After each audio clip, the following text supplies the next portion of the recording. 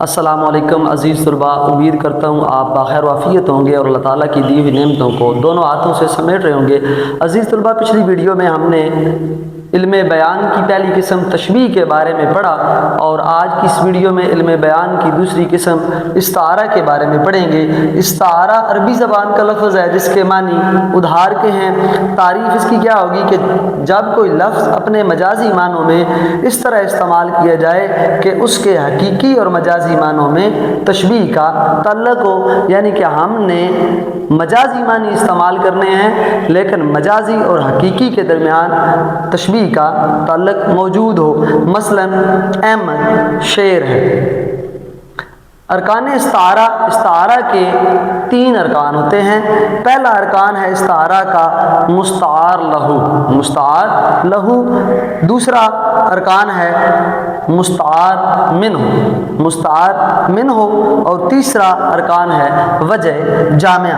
آگے چل کے ہم ان کے بارے میں پڑھتے ہیں۔ مستعار لہو وہ لفظ یا چیز جس کے لیے ہم لفظ مستعار لیتے ہیں، جس کے لیے کوئی لفظ مستعار لینا ہو اسے بولتے ہیں مستعار لہو۔ اور مستعار منہ وہ شخص یا چیز جس سے لفظ مستعار لیا جا رہا ہے، جس سے ہم کوئی خوبی مستعار لے رہے ہیں، کوئی صفت مستعار لے رہے ہیں، اسے مستعار منہ کہتے ہیں۔ وجہ جامعہ جس مشابہت کی بنا پر جو ان کے درمیان تشبیہ کا تعلق ہے۔ تعریف میں ہم نے پڑھا کہ حقیقی اور مجازی معنوں میں تشبیہ کا تعلق ہو، تو وہ جو تشبیہ کا تعلق ہے، جس مشابہت جس مماثلت کی بنا پر ہم اس سے وہ لفظ مستعار لے رہے ہیں، اسے بولیں گے وجہ جامعہ۔ کچھ مثالیں ہم دیکھتے ہیں۔ ماں نے کہا میرا چاند آ رہا ہے۔ ماں نے کہا میرا چاند آ رہا ہے۔ یہاں پہ ماں نے بیٹے کو چاند کہا ہے، بیٹے کو چاند کہا ہے، چاند کی طرح نہیں کہا بلکہ چاند کا نام دے دیا ہے۔ تو یہ کیا ہو گیا؟ مستعار منہ۔ یہ مستعار منہ ہوگا۔ ایک اس کے لیے رہے ہیں، ماں اپنے بیٹے کو کہہ رہی ہے تو بیٹا کیا ہوگا؟ مستعار لہو ہوگا۔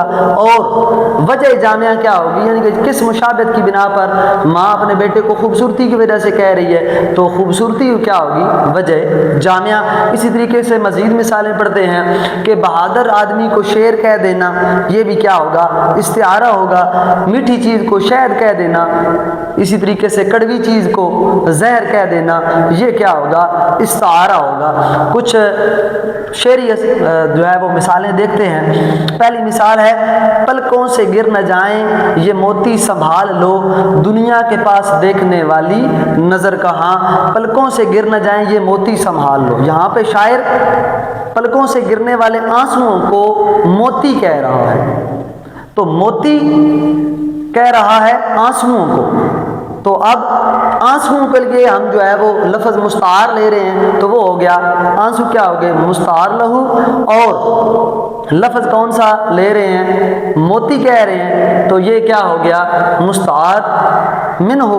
اور وجہ جامعہ کیا ہوگی کہ آنسو اور موتی کے درمیان جو مشابہت ہے وہ یہ ہے کہ دونوں کی چمک کی وجہ سے شاعر نے موتی کہا ہے۔ اسی طریقے سے آگے دوسری مثال دیکھتے ہیں۔ پتا پتا بوٹا بوٹا حال ہمارا جانے ہے، جانے نہ جانے گل ہی نہ جانے باغ تو سارا جانے ہے۔ یہاں پہ شاعر نے اپنے محبوب کو گل کہا ہے، یہاں پہ شاعر نے اپنے محبوب کو گل کہا ہے تو یہ بھی کیا ہوگا؟